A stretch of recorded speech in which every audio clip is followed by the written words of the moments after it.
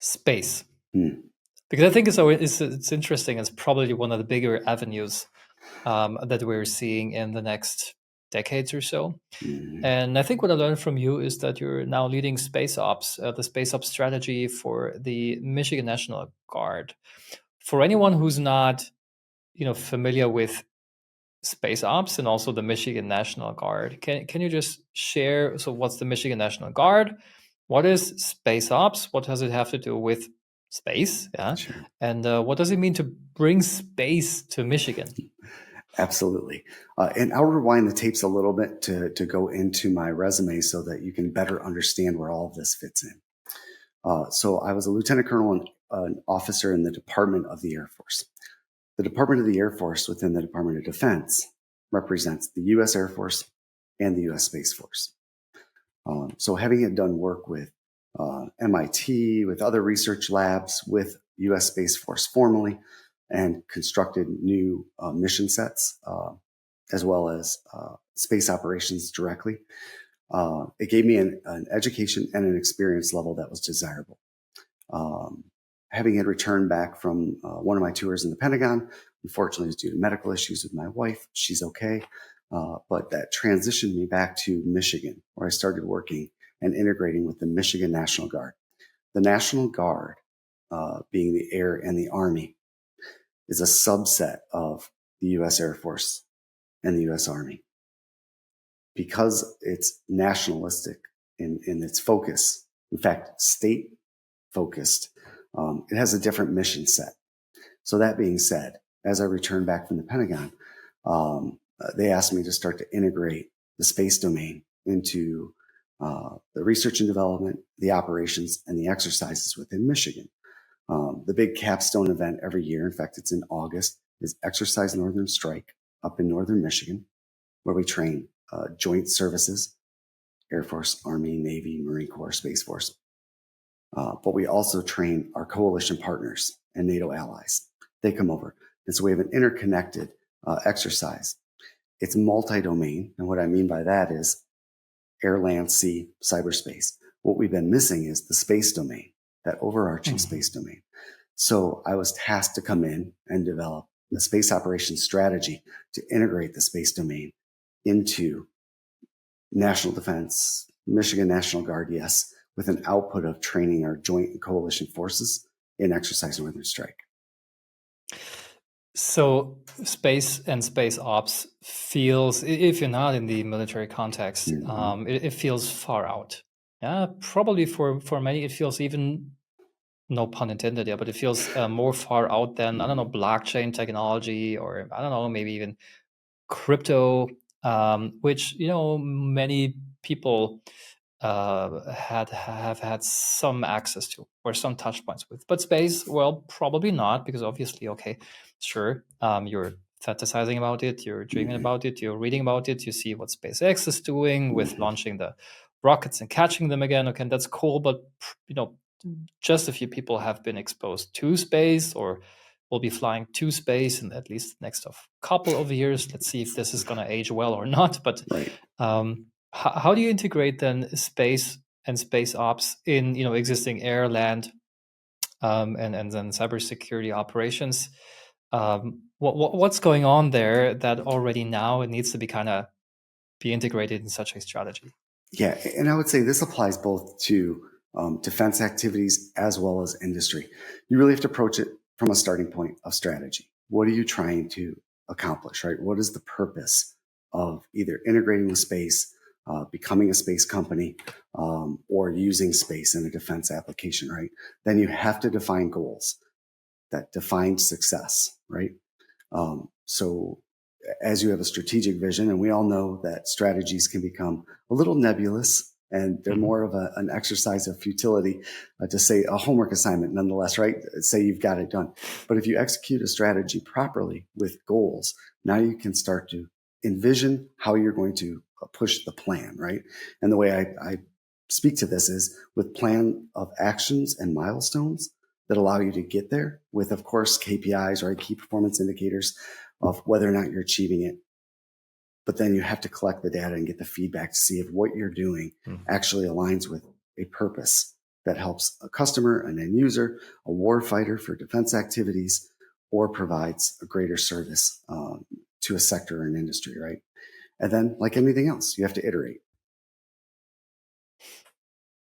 So you said you're integrating it, for example, into something Mhm. like exercise, Northern Strike.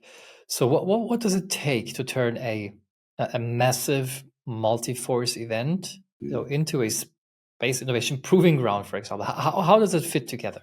Yeah, and it is actually complicated. I've simplified it to the greatest extent possible into two categories. There's using space products and services, and then there's integrating and tasking space, which is completely different. What I mean by that is right now, by the end of this podcast, I could order space imagery for you. Mhm. Um, we can do communications, set up a Starlink. You can access space now. But that doesn't mean you have a space company or a space mission. It just means that Mhm. you're using the services. Quite frankly, we're probably bouncing off satellites, passing the data across an ocean right now, right? So we're Right. using space, but this isn't a space podcast. That being said, if we were to start to use the technology, the payloads, and the services that come with tasking space, now it starts becoming integrated in a way that you can drive what space can provide for products and services. So it's a little nuanced separation of how you're applying it. There's actually a third category that I think is super important and provides the greatest opportunity, and that is support to space. If Mhm. you have a company or if you're part of Mhm. a government or an organization, you don't have to launch satellites, right? You don't have to have rockets. You don't have to have the communication system. But think about the medical requirements to have an astronaut go in space. We just had a couple of astronauts come back after a very extended tour. I think it was over a year up in space. And think about the medical requirements that they had coming back to Earth and getting integrated with gravity, uh, the bone density Mhm. that decreased, the muscles that need to be built back up.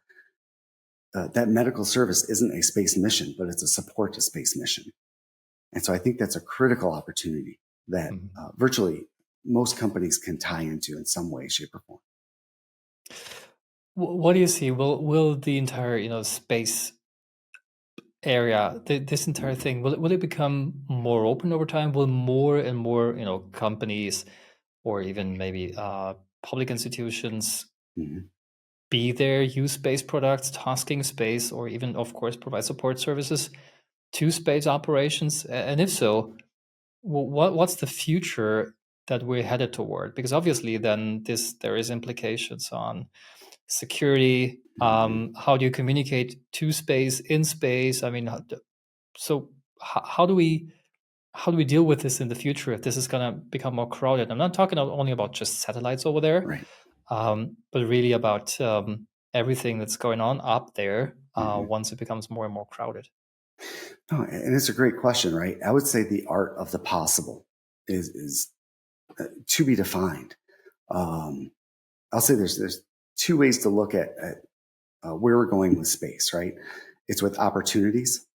Companies will develop as soon as it can be commercialized and monetized, right? So the financial access to participating in space, it's expensive. It's an expensive business to get into.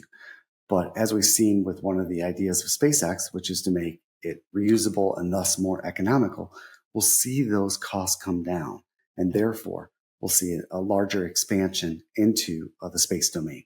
But again, don't forget, a small company can start up and be in support to space, which cuts those costs down a lot.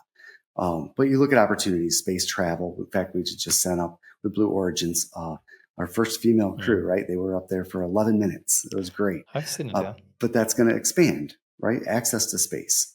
Then you start looking at opportunities like mining, so new Mm. materials that we can gather out of space. The services from space that integrate our systems here on Earth. So our watches, Amazon Alexa and other smart devices. Soon our homes. I believe access to space will start to integrate how we behave as humans within edge computing devices, but also with each other. We're starting to see that SpaceX, as I believe they're launching a capability where now you can access the data from your cell phone using space. So that access is expanding. it's defined as new space, right? Mhm. But yeah, really, the opportunities are endless. I teach at University of Michigan. One of the class I teach is space entrepreneurship. And while it's a cross-functional class, it really explores that art of the possible, right? And where there are monetization opportunities and commercialization that can take place. But you can never forget government organizations that are also trying to petition, whether it's for research and development or whether it's from a threat perspective, right? Weaponization of space, space Mhm. dominance. And you can see those threats evolve to things like space debris when we're irresponsible as a government and we start taking out satellites, right? So space debris removal. In fact, I've got a great company here in northern Michigan that's focused exactly on that Mhm. mission set. But it really dives into another good discussion about ethics of space and international law. But that's a whole nother question. It certainly is, but it's super interesting because you don't hear too often, about the space domain. And what do you think? Is it going to be Mhm. rather more open, chaotic, and then it kind of, finds its way? Or do you think that because it's oftentimes also driven by more Mhm. public organizations or institutions than maybe other sectors like private sectors, is it just going to be a little bit more, I don't know, Mhm. the race to space, but we're doing this in a very structured and ordered manner? How do you see this unfold in the next, I don't know, decade or two? Yeah, I think it's going to be interesting when we see first world nations that are developed with large economies that are able to invest into space missions and develop it and all the costs associated with it. I think there's going to start to become a global delineation between those nations that have persistent access to space with growing footprints, and then there's nations that can't necessarily participate holistically. So then we're going to start to see alliances to start provide access to space through partnerships and collaboration, right? That could start to create divides amongst which countries are partnering, which countries aren't, what that ends up doing with the economic influences, the space domain control components. And then there will start to become territorial aspects to it. The moon, for instance, right? We're going to start talking about Mars, colonization of Mhm. space. U.S. has a joint collaboration with a space station. There's news that China is also putting together a space station. When do those start to compete? And then where do you start delineating things? So again, it becomes an ethical Yep. dilemma. Will industry drive and consumerism drive space expansion and growth, or will it be defense activities and control of space, and therefore it's governments? It's going to be complicated. I don't know how that's all going to play out. Of course.